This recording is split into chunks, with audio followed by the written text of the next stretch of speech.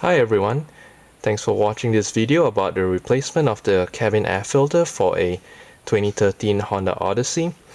First thing we want to do is to get at the cabin air filter housing, which is located behind the glove compartment box in the car itself.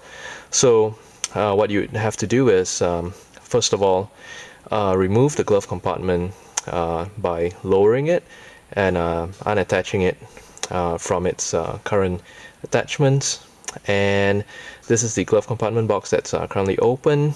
A lot of the Honda models have the same kind of setup where the cabin air filter housing itself is behind the glove compartment box, and that's what we're gonna do next on this. First thing to do is to unhook the glove compartment box.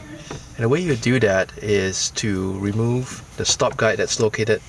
In the case of the Odyssey, it's on the left. In the case of the Accord, it would have been on the right. Well, this here is a close-up of the stop guide that keeps the glove compartment from slamming down after it's been opened. And it's just a plastic piece that is attached to a tab that you would push to disengage from. Just a close-up to for you to take a better look at it before we zoom back out. So what we'll do is we'll just remove it by just pushing it backwards, and that should pop it out of the tab that it's hooked into right now, like this. There you go. And so this thing is extendable up and down, and we just can push it back to the back a little bit, and I'll show you next how to lower down the glove compartment box next. The next step is to remove the glove compartment itself. The way to do that is to press in an inward direction on both sides of this.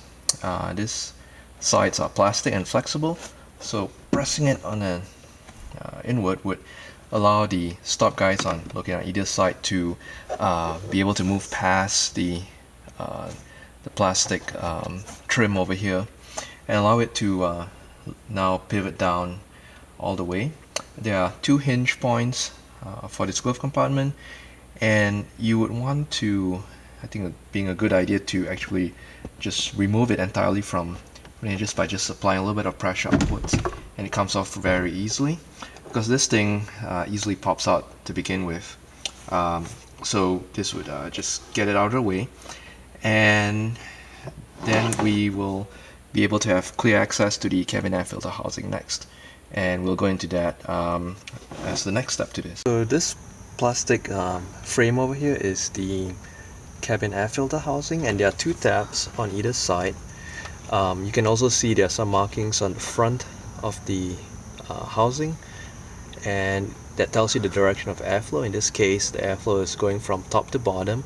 The way to remove this tab is you would press in on the tabs on either side, and pressing in, and you can go ahead and just slide out this compartment, and you'll be able to see next the cabin air filter itself. So there's a little bit of interference here on the frame, so we'll just kind of try to ease it out here. There we go. And so you can see that the cabin air filter here is in really bad shape.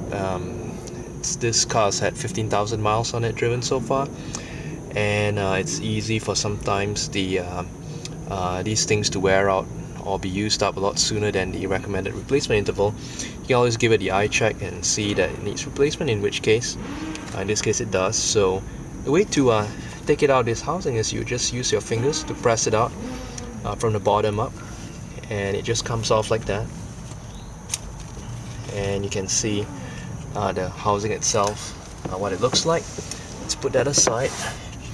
And I've got a replacement located right here, and it's got markings as well that tells you the direction of airflow. You just want to remember what that marking looks like. And so I'll just start to take it out, and so airflow is going from top to bottom. And we'll go ahead and make sure, well, there are these two solid material that gives the air filter some support, and those would go into the side of this frame. In this case, we just like pop it in, and there you go. So the new filter's in place. It's in position in the right direction, and so all we have to do is just slide this guy back in, and you would be able to real soon hear the snap that tells you that the filter is back in place. So just go ahead and slide it back in, press it in, and there you go. Filters, you hear that click, and so it's in place now. Okay, so we've got the air filter housing in place. Next thing to do is to just raise up the glove compartment box and then put the hinges back on its pivoting point, and you can just like press it in a little bit and it should snap into place.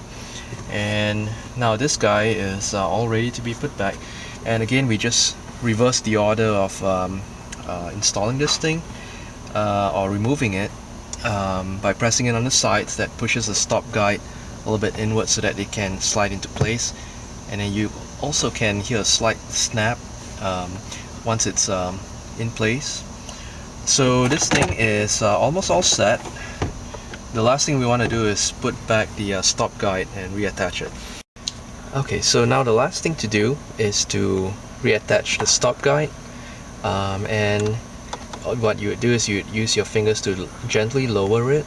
May require a little bit of force because there's a pneumatic piston type mechanism over there that creates a nice gentle lowering of the compartment box itself once you've opened it. So that requires a little bit of pulling to bring it down. But once it's down, you can feel with your finger there's a plastic tab that this thing would snap into. So all you have to do is bring this back down, attach it to the tab itself, and then push it in a direction towards me in this case, so away from the engine towards me, and you'll be able to hear it snap to tell you that it's gone into place. Let's see, need to lower it a little bit. There you go. That snap basically says it's locked in, and now the glove compartment can open and lower as it's always done in the past. So we've basically got a new cabin air filter into this minivan, and you're all set to go.